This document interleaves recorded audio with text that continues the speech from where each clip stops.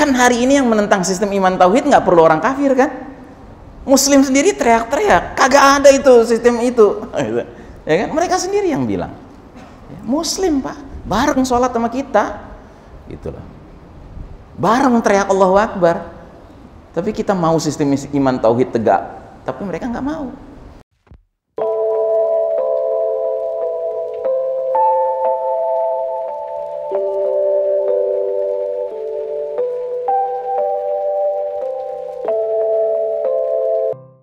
Nah, jadi saudaraku rahimakumullah, sedangkan masyarakat Yahudi Nasrani memiliki karakter seperti bangsa Rum. Rum itu Romawi yang berideologi materialisme dan hubbud dunya, cinta dunia, melupakan alam akhirat. Ya, Allah Ta'ala berfirman surat Ar-Rum ayat 7, ya'lamuna zahiran minal hayatid dunya wa hum anil akhirati hum ghafilun. Mereka, orang-orang Rum itu, orang-orang Romawi itu hanya mengetahui perkara-perkara yang zahir, yang material saja dari kehidupan dunia ini, sedangkan mereka tentang kehidupan akhirat lalai. Nggak ada urusannya mereka dengan akhirat. Ya, makanya dalam surat Al-Jathiyah itu digambarkanlah orang-orang sekularis ini, orang-orang materialis ini mengatakan kita hidup, kita mati, ya kan, selesai urusan, nggak ada yang membinasakan kita kecuali waktu. Selesai urusan kita, cuma di dunia saja. Ya nggak begitulah kita. Kita ini umat beriman, Pak. Dan di dalam Al-Quran sangat sering kita temukan dua dipasangkan tuh. Iman dari rukun iman yang 6, dua sering disebut dipasangkan. Al-imanu billahi wal yaumil akhir. Iman pada Allah dan hari akhir. Ya. Untuk menunjukkan betapa kita ini bukan kaum sekularis, kita bukan kaum materialis. Kita ini kaum yang sadar bahwa dunia bukan akhir dari kehidupan. Dunia justru tempat kita mati. Dunia bukan tempat kita hidup, Pak. Tempat kita hidup di mana? Di akhirat. Wa ma hadhil hayatud dunya illa la'ibun wa lahwun wa inna daral akhirata lahyal hayawan. Tiadalah kehidupan dunia ini melainkan permainan dan senda gurau. Kehidupan di akhirat itulah kehidupan yang sebenarnya, kata Allah Ta'ala. Tapi orang-orang yang memimpin dunia sekarang, mereka mencekoki dengan semua infrastruktur dan suprastruktur yang mereka bisa daya gunakan untuk membuat semua manusia termasuk umat Islam berpikirnya juga sama seperti mereka.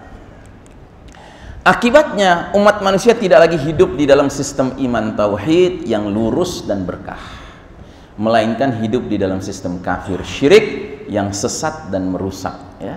Jadi selama 1342 tahun umat manusia merasakan nikmatnya kepemimpinan Islam dan umat Islam, ya. Karena kita mendidik mereka untuk menghayati bahwa kehidupan itu adalah kehidupan yang lengkap dunia dan akhirat.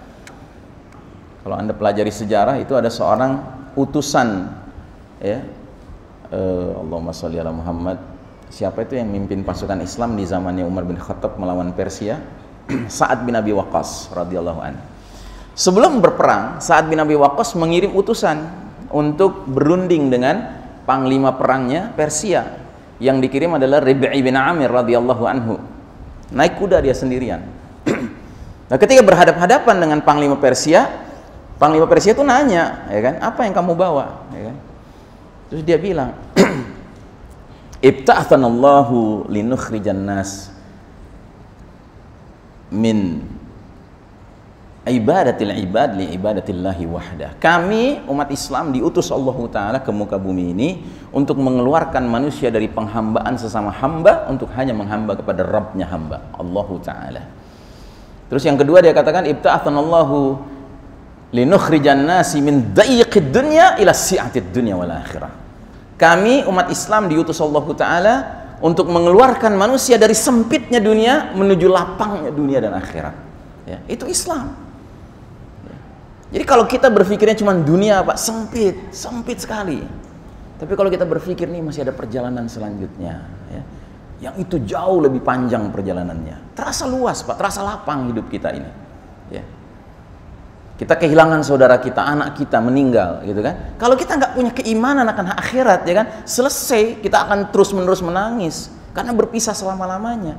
Tapi dengan kita punya keyakinan, mudah-mudahan Allah ampuni, Allah rahmati dia, Allah masukkan dia ke dalam jannahnya. Mudah-mudahan kita bertemu nanti di jannah. Masya Allah, ya. Kita menjadi umat yang optimis, Pak. Tetapi kepemimpinan dunia hari ini kepemimpinan bangsa Rum modern, Pak. Yang mau tidak mau mereka membangun sistem kafir syirik. Ya. Sempit betul. Dan Nabi Muhammad SAW mengatakan dalam sebuah hadis bahwa ketika umat Islam mulai rontok, ya, mulai luntur, mulai mengalami keruntuhan, ya, apa yang terjadi? Ini dia. Ikatan Islam terlepas simpul demi simpul. Jadi Nabi menggambarkan kalau Islam ini sudah tegak dengan baik dan benar, itu seperti benang yang digulung, kemudian menjadi seperti bola yang kuat, yang kokoh. Tapi sekalipun dia sudah kokoh, dia bisa terurai kembali. Dan ketika dia terurai, dia terlepasnya satu simpul demi satu simpul, seutas demi seutas. Ya. Nabi bersabda, "Latunqadanna ural Islami urwatan urwatan, fakullaman taqadat urwatun tashabbathan nasu billati taliha." Sungguh ikatan Islam itu akan terlepas simpul demi simpul. Setiap satu simpul terlepas, manusia bergelayutan pada simpul berikutnya. Simpul berikutnya lepas, gelayutan pada simpul berikutnya. Lepas lagi, gelayutan pada simpul berikutnya. Wa awwalahunna an-naqdan al-hukmu wa akhiruhunna as-salah. Sedangkan simpul yang paling awal terlepas adalah simpul hukum, dan simpul yang paling akhir terlepas adalah simpul salat. Jadi ketika simpul hukum sudah terlepas, dan kalau simpul hukum terlepas itu artinya apa? Tatanan kehidupan sudah tidak mengikuti tatanan yang sesuai dengan hukumnya. Hukumnya hukum Islam sudah lepas, ya tatanannya sudah bukan tatanan Islam lagi. Gitu. Paham ya? Dan itu akan terus terjadi, lepas simpul berikutnya, lepas simpul berikutnya. Ya. Semenjak runtuhnya sistem iman tauhid, maka kondisi umat Islam semakin melemah, karena runtuhlah rumah besar tempat berlindung dan bernaungnya. Nah, ini kan rumah kita, Pak. Ketika sistem iman tauhid itu tegak, kita punya tempat bernaung, Pak. Rumah kita tuh ada. Dan rumah ini IMB-nya langsung dari Allah, izin mendirikan bangunannya. SK 230, Al-Baqarah 30, inni ja'ilun fil ardi khalifah. Ya. Beda dengan rumah sekarang, PBB. Itu kan rumah sekarang, rumah bikinan Yahudi. Ya. Nggak ada IMB-nya tuh. Ya. Perserikatan bedeng-bedeng tuh. Nggak ada IMB-nya dari Allah Ta'ala. Karena tidak mengikuti ketentuan Allah dan Rasulnya. Nah, komitmen terhadap dinul al-Islam semakin luntur. Bukan saja hukum Islam sebagai simpul awal ditinggalkan, bahkan tidak sedikit yang telah terang-terangan secara terbuka meninggalkan simpul yang paling akhir, yaitu sholat. Betul nggak? Hari ini Anda temukan nggak orang Muslim dewasa, ya, sudah akil baligh, ya kan, tapi meninggalkan sholat dengan ringannya? Betul nggak? Ada nggak? Ya, kita ini, para bapak-bapak ini, para ikhwan ini, kalau lagi sholat Jumat, memangnya di luar sana cuma perempuan yang ada? Kan nggak, masih ada tuh laki-laki dewasa Muslim, bukan musafir, jelas nggak haid, ya kan, kagak ikut sholat Jumat. Gitu.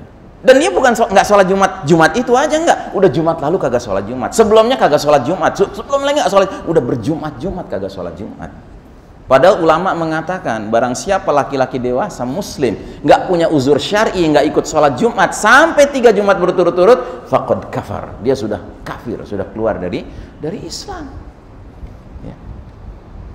Nah, jadi saudaraku rahimakumullah, begitu sistem iman tauhid yang merupakan rumah besar tempat berlindung umat Islam runtuh, maka kaum kafir Yahudi dan Nasrani leluasa melaksanakan ghazwul fikri. Ghazwul itu artinya perang, fikri itu artinya pemikiran, ya, perang pemikiran, ya, perang opini, the battle of hearts and minds, ya, perebutan hati dan pikiran manusia, ya, untuk membuat umat Islam mengikuti way of life mereka, sambil memastikan umat Islam benar-benar meninggalkan Islam sebagai petunjuk hidup, dan mereka Yahudi Nasrani pastikan umat Islam tidak lagi berpikir perlunya menegakkan sistem iman tauhid. Kan hari ini yang menentang sistem iman tauhid nggak perlu orang kafir, kan? Muslim sendiri teriak-teriak, kagak ada itu sistem itu. Ya kan? Mereka sendiri yang bilang. Muslim, Pak, bareng sholat sama kita, gitulah. Bareng teriak Allahu Akbar. Tapi kita mau sistem iman tauhid tegak, tapi mereka nggak mau. Ya kan? Kenapa? Udah jadi korban-korban dari ghazwul fikri, perang pemikiran yang dilansir oleh Yahudi dan Nasrani. Kaum kafir Yahudi dan Nasrani sangat tidak rela, tidak senang jika umat Islam masih mengikuti petunjuk Allah. Tidak mengapa bagi Yahudi Nasrani bila umat Islam tetap mengaku Muslim, asalkan mau menempuh jalan hidup sebagaimana jalan hidup kaum kafir Barat Yahudi Nasrani. Ya. Jadi orang Yahudi itu nggak ada tuh ambisinya memurtadkan kita jadi Yahudi, itu nggak ada. Kenapa? Karena jadi Yahudi itu bukan agama dakwah. Yahudi bukan agama dakwah, Pak. Yahudi itu agama keyakinan sekaligus ras, ya, darah, keturunan. Orang tidak mungkin jadi Yahudi kecuali berdarah Bani Israel. Kalau nggak punya darah Bani Israel nggak bisa jadi Yahudi. Ya, model kita ini nggak punya darah Bani Israel nggak bisa jadi Yahudi. Kalaupun mau jadi Yahudi paling mentok jadi Yahudi KW. Tapi Yahudi ori itu syaratnya apa? Berdarah Bani Israel. Kalau Kristen memang itu agama dakwah. Cuman itu bukan target utama. Mengkristenkan kita, memurtadkan kita, ngajak kita masuk Kristen, itu bukan target utama. Itu target perantara. Itu bonus, ya. Target utama mereka apa? Jangan sampai si muslim ini hidup with an Islamic way of life, dengan jalan hidup Islam. Itu yang paling penting buat mereka. Bagaimana caranya umat Islam itu dibentuk menjadi hidup dengan Western way of life, ya. Jalan hidupnya Barat, jalan hidupnya the Judeo-Christian Society, masyarakat Yahudi Nasrani. Karenanya Allah Ta'ala sampai mengeluarkan dekret, walan tarda ankal yahud walan nasara hatta tattabi'a millatahum. Dan orang-orang Yahudi dan Nasrani tidak akan rela kepada kamu Muhammad dan umatmu Muhammad sebelum kamu dan umatmu mengikuti millah mereka. Millah sering diterjemahkan agama. Tetapi Syekh Asy-Syaukani, seorang ulama besar, mengatakan millah itu lebih pantas diterjemahkan sebagai minhajul hayat, jalan hidup. Jadi Yahudi Nasrani inginnya ngelihat umat Islam itu mengikuti jalan hidup mereka. Ipol, Exos, Butmil, Penkum semuanya ngikutin mereka. Tapi Allah mengatakan, Qul inna hudallahi huwal huda. Katakanlah sesungguhnya petunjuk Allah itulah petunjuk yang sebenarnya. Bukan petunjuk Yahudi Nasrani, bukan petunjuk Barat. Gitu.